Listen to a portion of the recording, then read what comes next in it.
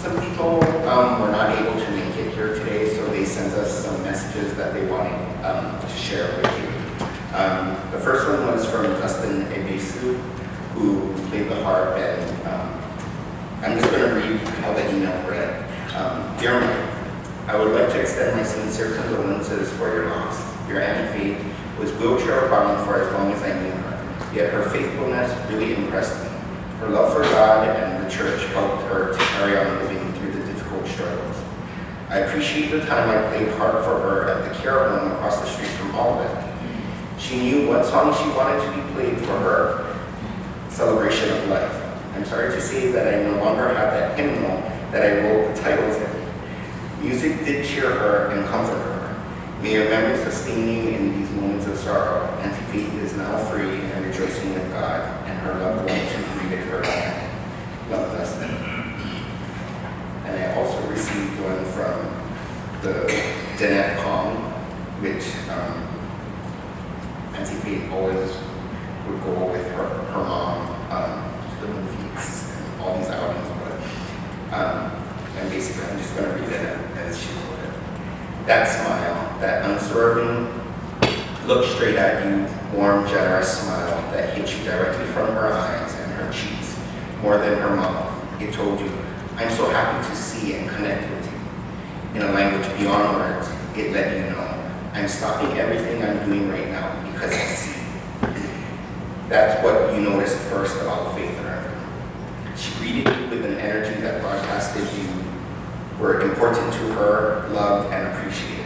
But it also held in its gaze a question mark asking, how are you doing? I don't remember the first time I met Faith. I'm pretty sure it was through my mom at some sort of function in the church's lower auditorium. I had grown up thinking of Faith's sister May as part of our family. May was often in our home when I was in grade school, helping mom with various chores and keeping an eye on us four girls. So when mom told me Faith was May's sister, I felt like she was related to us too. Faith was not visibly ill when I first met her. I recall her as being dressed simply but elegantly and having a gentle, soft-spoken presence. Mom had a sweet connection with her and expressed great admiration for her. Somewhere along the line, it was mentioned that she had been divorced from her husband, but they had remained close friends, and she stayed by his side around the clock, taking care of him as he was dying. That was remarkable to me. And though I really didn't know much about her at that point, it told me a lot about her compassion and grace. It also told me she was courageous and brave because he was dying of AIDS. And this is in parentheses, so kind of silent. But as a chaplain to patients with AIDS during its deadly epidemic in the 1980s, this meant even more to me than you can imagine. I sat daily at the bedside of dying AIDS patients and performed some of their funerals, and these patients really impacted my life and faith. I saw firsthand the horror of how they were treated by family members and religious people, and in that context, faith was a refreshing, inspiring anomaly. Beyond speaking to the fears the public held at that time, knowing this about Faith told me that she didn't care about her ex's sexuality.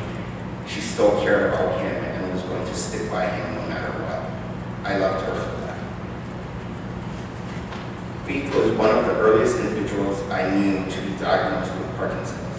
Michael J. Fox had not yet made the disease a household term, and so it wasn't something most of us knew much about. Sure, I had visited the patients in the hospital who were in the end stages of the disease, but by then, it was hard to imagine them having had normal, active, healthy lives. With faith, I observed the toll of Parkinson's as it progressed and gradually ravaged her body. I witnessed her enduring refusal to give in to its power over her life. When both my parents were alive, for decades, our annual Thanksgiving Day dinners included a number of family and church friends. Faith was one of them. And she visibly weakened. As she visibly weakened, she still would gather up enough energy to dance hula for our celebration. Her valiant spirit fought gallantly against her increasingly uncooperative body. I look back now and realize what a tremendous gift she was giving to all of us. In the field of healthcare, it is typical for those of us who spend time with the dying to be limited to knowing people in their final moments. Unfortunately, by then, all we experience of them is in the way they suffer and die, in the way they look physically, in their medical record, in the way their body has failed them.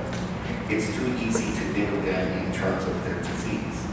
I remind myself of this in the rooms of dying people, and so I look around for pictures of them from previous years, or from scenes and happy messages depicted in crayon by grandchildren. I see memories captured in images of them riding horses, swimming, dancing, showing off fruits or flowers from their garden, playing an instrument, eating with friends, carrying newborn babies, getting married. I listen for stories from loved ones recalling earlier times. I've been gifted with autobiographical books that reveal a patient's accomplishments and inner thoughts.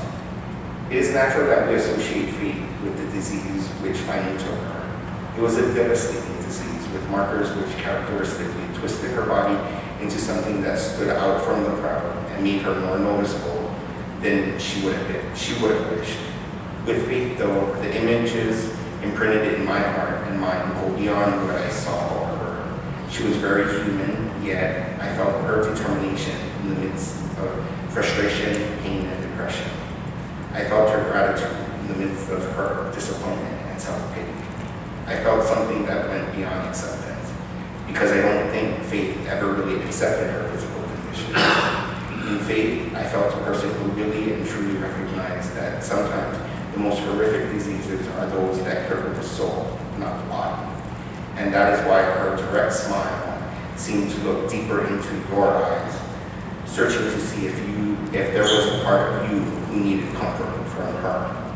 To the best of her ability, faith looked beyond herself into the needs of others.